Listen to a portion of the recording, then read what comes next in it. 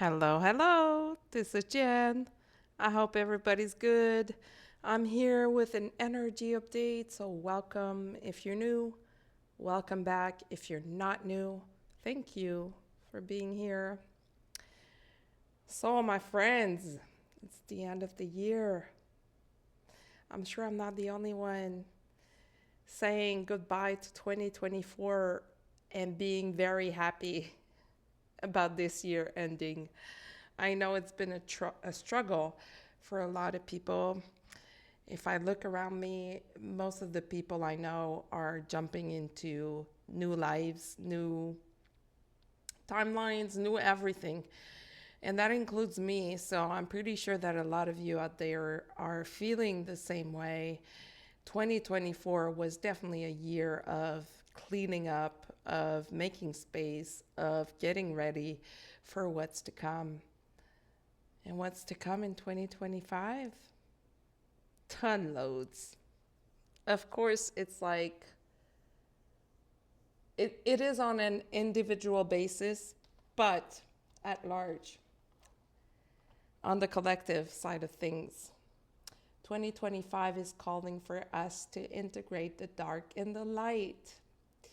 And what I mean by that is living in balance between the two, with the two.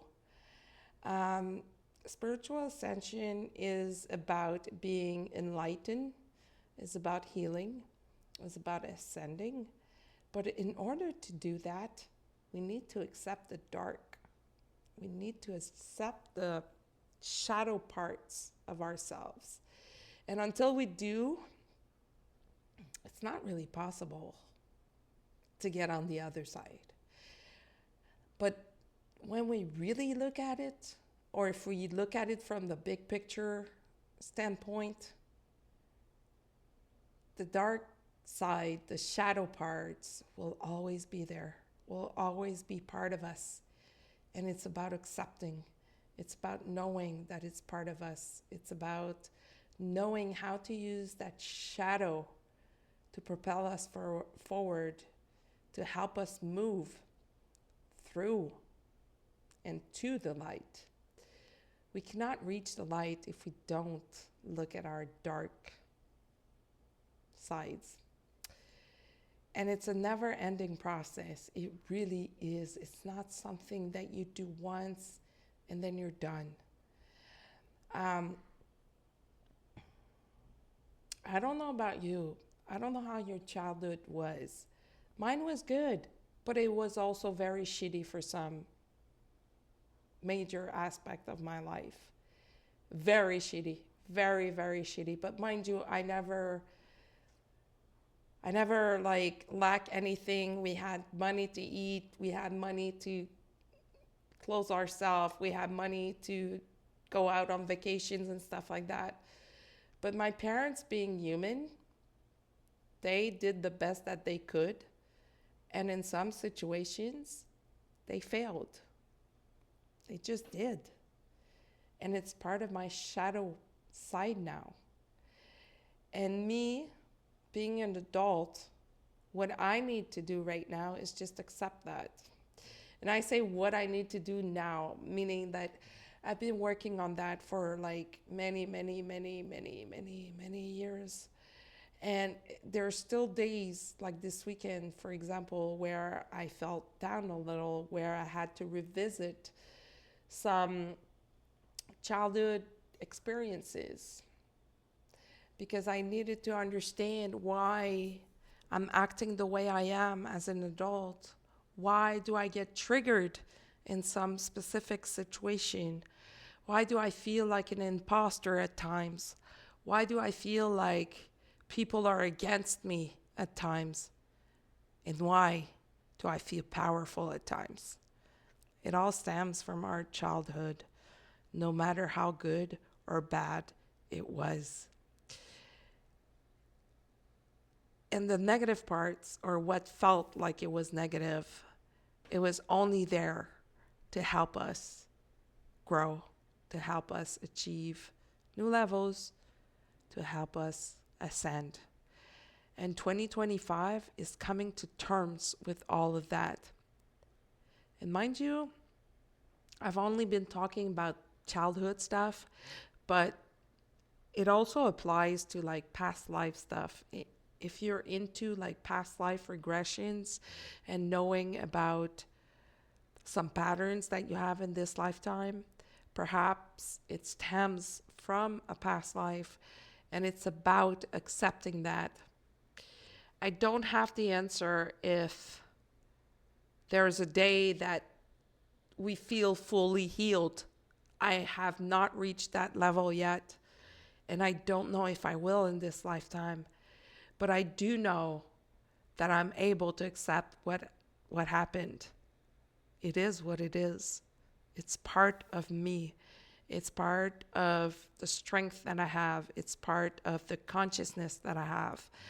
And accepting it is also part of forgiving it. It's the first step into forgiving. And how can I say this? For some situations, it may feel like it's like impossible to forgive someone or something. And I totally get that. I do have some of those situations myself. And I still try to forgive. And sometimes I'm just like, no, I can't. I just can't. It's just part of who I am now. It's just part of my life. It's part of life. And all I need to do is accept that it's part of me now and move on with it. Use it as a pillar to propel me forward, to help me shift whatever is coming my way. This is an ongoing work. And as we are alive, as we are breathing, it will be part of us. Resistance is futile. Resisting is not helping us in any way. So 2025 is really about integrating the dark and the light, just like the yin yang. When we accept that, there's a feeling of liberation that shows up, a feeling of, I don't need to prove myself. I can just be. And that leads me to my next subject, being. In 2024, and I'm gonna address this segment to the masculine energy. I'm not talking about the man, but I am pointing at the man, meaning that I'm talking about the masculine energy that is being played out by the men out there. Not all of them, some of them. So if the hat fits, wear it. If it doesn't, move on.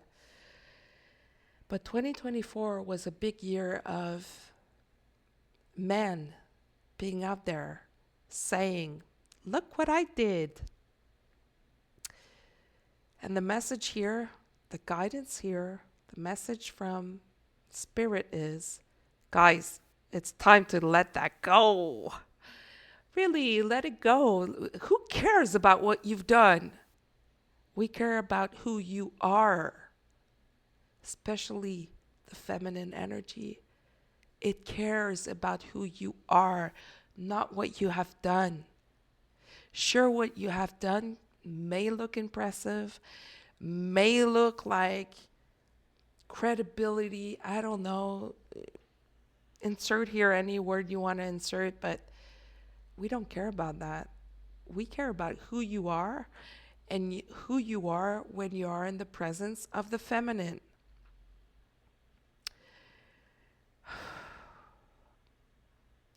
"2024 is the mark of the end of the toxic masculine." What is the toxic masculine energy? Is what I just said. Look what I have done. It's over. We don't care. We don't need that. We need the masculine energy to be able to be in its own presence, in its own awareness and consciousness in order to harmonize with the feminine energy.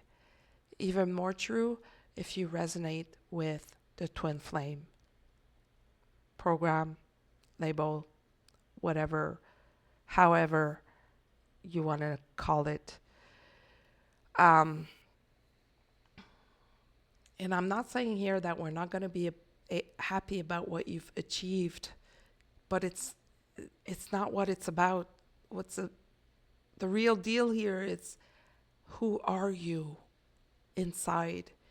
Who are you in this physical body that is a vehicle for your soul? Who are you at the deep core of your heart and the blood pumping in your veins? That's what's important. That's what the feminine cares about. That's what she's yearning for. That's what she's calling in, trying to manifest. That's why she's been healing so hard and for such a long time. It's time to harmonize things. And 2025 will bring us that. Thank you, universe. In my past videos, I mentioned a few things about culture and immigration. And for as long as I can remember, I was always attracted to different cultures. I love learning about how people do things, how they think, and why they do that. Like, where does it come from? Who invented that? I'm that kind of person.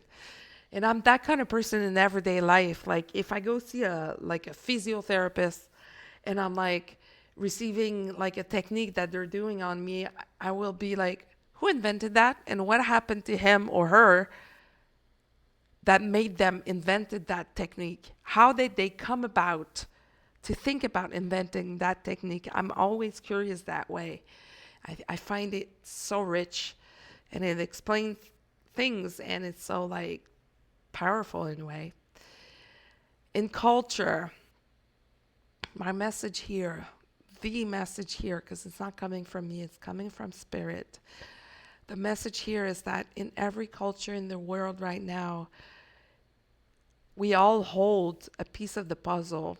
In every culture, there is good, there is bad, and there's neutral stuff. Why we can't get along? Because we don't understand each other, because we don't understand why you think that way, why you do things that way. But in the big scheme of things, or in the big picture, in every culture, there's a piece of the puzzle that is meant to be assembled in the big puzzle. It is meant to bring a different angle, a different side to things, a different something that we can all elevate from, learn from, grow from. Sure, sometimes it's difficult to understand people from different cultures because we don't understand, because we don't have the entire story, because we're like, why are you doing this? And in every culture, there are false programs that have been adopted with the 100 monkey effect, meaning that one monkey did it and all the rest followed, but nobody knows why. That's typical of every culture, every single culture alive today. There are things that were adopted because like one human decided to do it this way and everybody else followed, but nobody knows when it started, why it started, and why it's keeping on being repeated. 2025 will be a year where all these things will be brought up. That's why we're seeing chaos out there. That's why we're seeing wars, natural disasters. It's time that we understand that. It's time that we elevate our awareness to all of that. At the end of the day, we're all the same things. A meat suit. I'm searching for my words here because they're sending so much information. We are a meat suit trying to bring awareness on earth, trying to bring a message on earth. We just do it in different ways. We just do it in using different tools, but it's all the same. We all have the same need for love, need for connection, need for food and eating, need for shelter. It's all the same thing all over the world, no matter what color your skin is, no matter what your culture is. Now, what needs to go is the false programs. False programs. And every culture is full of false programming all over the world. That will be shown out the door. That will be taken out one by one as we walk into 2025. The guidance here is just to stay with an open heart when you meet people from different cultures. Make or do your best to understand where they are coming from. Why do they behave that way? In the past, I've mentioned what's going on in Canada and immigration, and that's a really big testament of what I just said. People are coming into our country asking for student visas when they have absolutely no intent into studying, but the only intent is to work, and they ask us to make exceptions for them. They ask us to adapt to them when they are not showing any will to adapt to our culture. I'm not going to name any countries or anything like that. That's not the purpose. But what I'm saying is that this is wrong. As a Canadian, if I go into some countries and I say certain words or dress in a specific way, I risk prison, I risk being lapidated, I risk being killed because I don't abide by their laws and their culture. Same goes for here. We're not as strict, but it's the same thing. This cannot be happening. Enough about culture. It really wasn't the point, but it just came up. We are December 23rd, almost Christmas, almost New Year. So how about we take this time to just reflect upon ourselves and maybe decide, point out what we want to let go for 2025 and what we want to integrate for 2025. Maybe it's clear for you at that point, maybe it isn't, and it's just okay because you're always exactly where you're supposed to be. And do not worry, the universe has your back. Do not worry 1 second. The universe, source, God, whoever your God is, because it's all the same thing. Sorry, I got I'm sorry. But seriously, we all have the same God. No matter